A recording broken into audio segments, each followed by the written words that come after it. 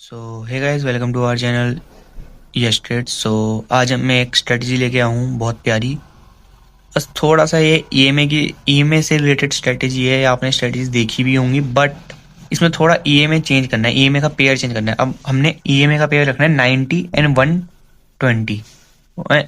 नहीं, 120 नहीं, वो 210, ठीक है। देन अगर आपको पिवट पॉइंट्स लगाने हैं, पिवट पॉइंट्स लगा लो, या अगर खुद अपने हैंडमेड जोन्स मार्क करने हैं वो कर लो, ठीक है। जोन्स मार्क करना आप लोगों को आता ही होगा अगर आप ये स्ट्रैटेजी देखने आए हो। अगर नहीं आता तो फिर उसके लिए भी वीडियो बना दूंगा एक। अब जैसे जोन्स मार्क करे, अब बस इसमें आपको ना थोड़ी देखो 1 आवर टाइम फ्रेम में लगेगी ये स्ट्रेटेजी वर्क, ठीक है। बट आपको ये है कि थोड़ी ट्रेड्स मतलब बहुत मतलब वीकली में मिलेगी, मतलब हफ्ते में एक, या मतलब 10 दिन में एक, या 15 दिन में एक, या महीने में दो, ऐसे मतलब महीने में दो तो नहीं, 4-5 ट्रेड तो मिल ही जाएंगी। बट मैं ये बता रहा हूँ वर्स्ट केस सिनेरियो 10-15 दिन भी लग सकते हैं एक ट्रेड का, वर्स्ट केस सिनेरियो हुआ।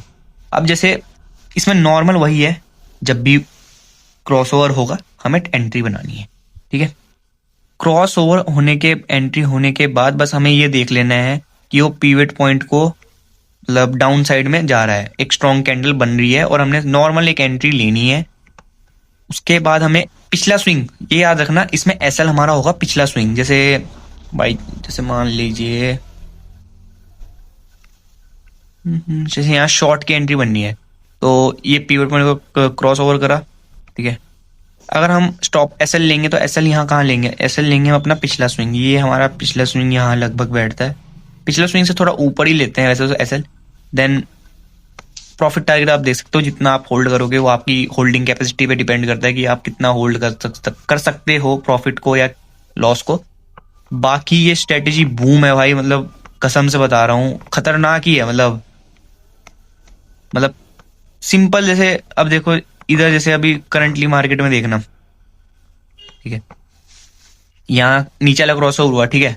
अब देखो स्ट्रेटेजीज थोड़ी गलत भी होती हैं, थोड़ी सही भी होती हैं, बट अब क्या ही कर सकते हैं। अब देखो यहाँ हमारी सही बताऊं तो अपसाइड की ट्रेड बननी ही नहीं थी, क्योंकि मार्केट अभी है डाउन ट्रेंड में प्रॉपर। बिटकॉइन आपको पता है पूरा क्रैशेस आए हुए, अभी तगड़ा ही डाउन ट्रेंड में चल रहा है। अभी दिखाता हूँ मैं आपको, 4 आवर टाइम फ्रेम करते हैं,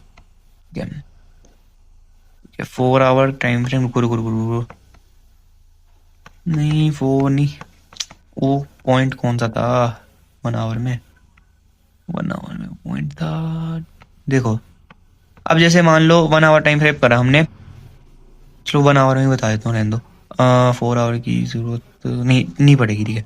अब जैसे मार्केट आ रहा था, आपको पता है कैसे आता है नीचे, अप एंड डाउन करके। अगर आप स्विंग देखो, पिछला स्विंग कौन सा था, ये था मार्केट का, जो उसने लोअर हाई मतलब लोअर हाई बना रखा था, ठीक है। जब तक मतलब हम अप साइड की एंट्री तभी लेंगे ना जब मतलब वो स्विंग ब्रेक करेगा अपना। इसमें यहाँ एक स्विंग ही ब्रेक नहीं हुआ तो हम अप साइड की एंट्री लेंगे ही नहीं, ठीक है। आपको एक चीज ध्यान रखनी है, अगर मार्केट डाउन ट्रेंड में है, अनटिल अनलेस वो अगर अपना स्विंग ब्रेक नहीं कर रहा है तो हम एंट्री नहीं लेंगे। बस उसको ये समझ लेना कि एक करेक्शन आया है मार्केट में, थोड़ा छोटा सा, ठीक है।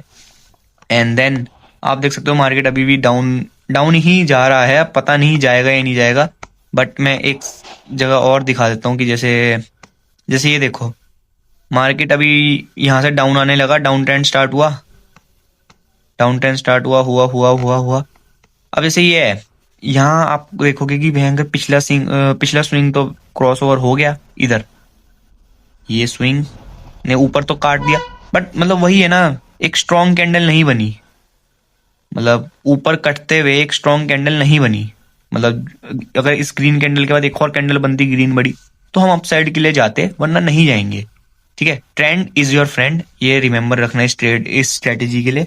और पीवट पॉइंट्स को थोड़ा यूज करना, मैं तो ज्यादा यूज करता नहीं, बस मैं तो यही देखता हूँ कि पिछला स्विंग तोड़ा या नहीं तोड़ा। और इस स्ट्रेटेजी को पहले आप बैक टेस्ट करना, तब यूज करना, और फिर बताना कि कैसी है स्ट्रेटेजी। और मिलते हैं अब एक नई वीडियो के साथ।